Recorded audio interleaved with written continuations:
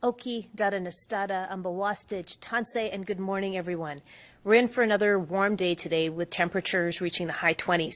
Yesterday, I shared some ways with you to beat the heat, and we saw a lot of people going to libraries, we saw a lot of people in malls, and I watched a lot of you floating down the bow. Really appreciated the fact that you had life jackets on and you were doing so as safely as possible. I've got some good news for folks who have not been able to collect rainwater at your own homes. We are now set up to have the ability to provide you with non-potable or untreated water through 2 city sites if you need to access this. They will be at Baker Park and the Ogden Boat Launch. And we want to remind you only to take what you need. It's a temporary fix, and it's not intended for large-scale water collection, but just as a short-term solution so you can get some water to your gardens and to your plants. And a reminder that this is river water. It's non-potable. It has not been treated, so it's not safe for consumption. So please, if you are coming by to fill up containers, only use this for your plants and your gardens, not for drinking purposes. We're actively exploring ways that we can expand the number of locations for you to be able to collect this water, and I'm going to encourage you to continue to collect rainwater wherever you can and however you can. Use any containers that are available to you, and make sure that you are securing those containers properly to look out for kids or pets or wildlife that may have access to them.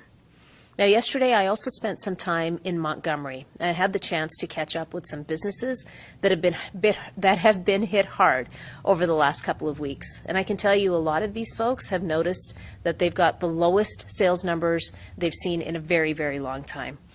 If you are driving by the area on a detour or you're looking for something to do on this sunny Sunday, I would really encourage you to consider stopping by some of the shops and restaurants and cafes in Montgomery. They could use your business, and I think you might find some pretty cool stuff there. Now, for progress on the feeder main repair, the work that's being done right now is focused mainly on welding.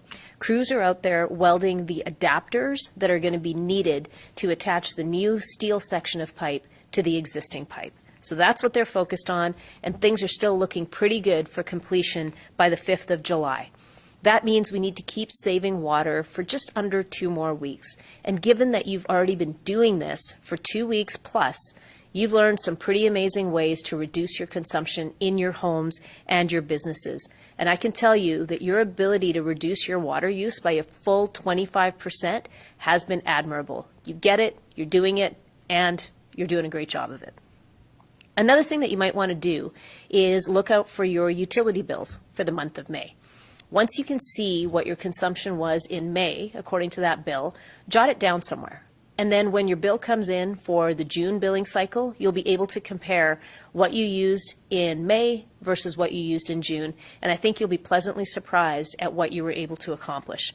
It'll be a nice little reminder of the part that you played in making sure that we all have access to a safe water supply, even in this emergency situation.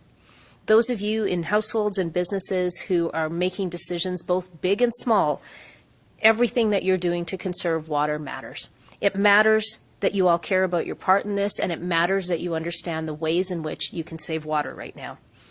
Yesterday, our water consumption was at 451 million liters, and that was great news. That was the first time in 3 days that we were able to get it down to this number. I know you had to dig a little deeper to find extra ways to conserve water, and that was fantastic, and it shows. This afternoon at 2 p.m. at the Emergency Operations Center, we'll get a little bit more detail about the repair work that's being done. We'll be able to find out a little bit more about what crews are seeing on those sites of the 5 hotspots. Until then, I want to thank everyone on Tsuut'ina Nation, everyone in Airdrie, Strathmore, Chestermere, and Calgary for doing your part in conserving water. Your efforts matter, and I appreciate all of you. Thank you.